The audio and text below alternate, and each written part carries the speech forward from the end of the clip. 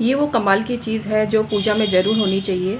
कई बार जानकारी नहीं होती है बहुत सी चीज़ों की आपको, और बहुत ज़्यादा पैसा खर्च करते हैं आप ये सोचने में कि इससे हमारे घर में बरकत आएगी। ये सिर्फ 100 रुपये की चीज़ है जो कि आपको पूजा पाठ की दुकानों पे मिल जाती है। यह है श्री महालक्ष्मी यंत्र, और ये यंत्र बहुत ज़्यादा शुभ होता है। आप श्री यंत्र तो रखते ही हैं पूजा में, पर महालक्ष्मी यंत्र या लक्ष्मी यंत्र के नाम से बाज़ार में मिलता है, तो ज़रूर आप रखें पूजा में। अब मैं इसको रख देती हूँ एक बार। तो महालक्ष्मी यंत्र जो होता है इसलिए रखा जाता है कि जो यंत्र होते हैं शास्त्रीय स्वरूप होते हैं उस पर्टिकुलर देवी या देवता के, तो उस यंत्र की पूजा करने से वो देवी या देवता हमारे अनुकूल होते हैं, उनका आशीर्वाद हमें प्राप्त होता है। हम सारे प्रयास करते हैं, घर में साफ़ सफाई करते हैं, सब कुछ करते हैं, लेकिन यंत्र अगर आप पूजा में रखते हैं तो कई गुना फल आपको मिलता है। कुबेर यंत्र भी आज पूजा में रखें आप, कुबेर यंत्र भी इजीली मिल जाता है। अब कुछ लोग कहते हैं कि यंत्र हम बिना सिद्ध किया हुआ यंत्र हम कैसे रखें, मतलब किस तरह से रखें कि यंत्र, क्योंकि यंत्र वैसे तो साधारण सा एक टुकड़ा है पीतल का, तांबे का, लोहे का, अगर आपने उसको सिद्ध नहीं किया, वो बात सही भी है, लेकिन यंत्र को सिद्ध करने के नाम पे कुछ लोग बहुत पैसा लेते हैं। जयपुर में भी 1-2 लोग ऐसे हैं जिनका काम ही यही है कि लोगों को उल्लू बनाना कि हम आपको यंत्र सिद्ध करके दे रहे हैं। और किसी पर आक्षेप नहीं है, जो करते हैं उन्हीं की बात है, तो जो नहीं करते हैं उनको बुरा मानने की भी आवश्यकता नहीं है।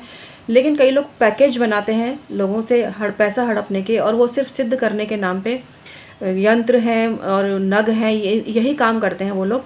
तो आप पहले आश्वस्त हो जाएं कि वो व्यक्ति वाकई में आपका काम कर भी रहा है कि नहीं, क्योंकि नग तो 100 रुपये का होता है और 1000 रुपये सिर्फ सिद्ध करने के लिए लेते हैं, 500 रुपये सिर्फ सिद्ध करने के लिए लेते हैं। तो आज मैं वो तरीका बता रही हूँ कि आप स्वयं ही उन यंत्रों को कैसे सिद्ध करें। सबसे पहले तो गंगा जल से स्नान कराएं, फिर रोली और चावल से उस यंत्र की पूजा करें, मूली चढ़ाएं, भोग लगाएं।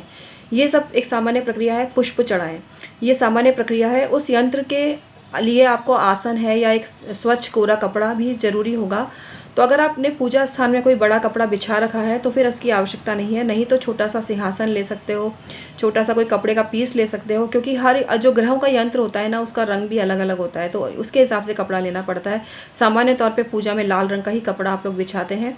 तो वहाँ पर उस यंत्र को स्थापित कीजिए, फिर उस यंत्र की इमेजिनेशन कीजिए, मेडिटेशन कीजिए, यंत्र का जो स्वरूप है वो अपनी कल्पना में लेकर आइए और मन ही मन उस ग्रह के, उस यंत्र के मंत्र का जाप कीजिए। जैसे महालक्ष्मी यंत्र अगर आप पूजा में स्थापित करेंगे तो माँ लक्ष्मी के मंत्रों का जाप करिए, और धीरे धीरे जब आप पूजन करेंगे और जब आप दीप जलाएंगे तो वो यंत्र ऑटोमेटिकली सिद्ध हो जाएगा।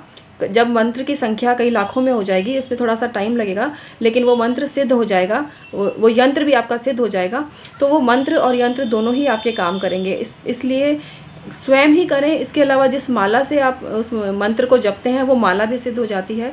माला कभी भी दिखाते हुए नहीं जपनी चाहिए, उसको एक किसी कपड़े में अंदर करके फिर आपको मंत्र का जाप करना चाहिए। तो इस तरह से आप करेंगे ना तो वो यंत्र आपका सिद्ध हो जाएगा।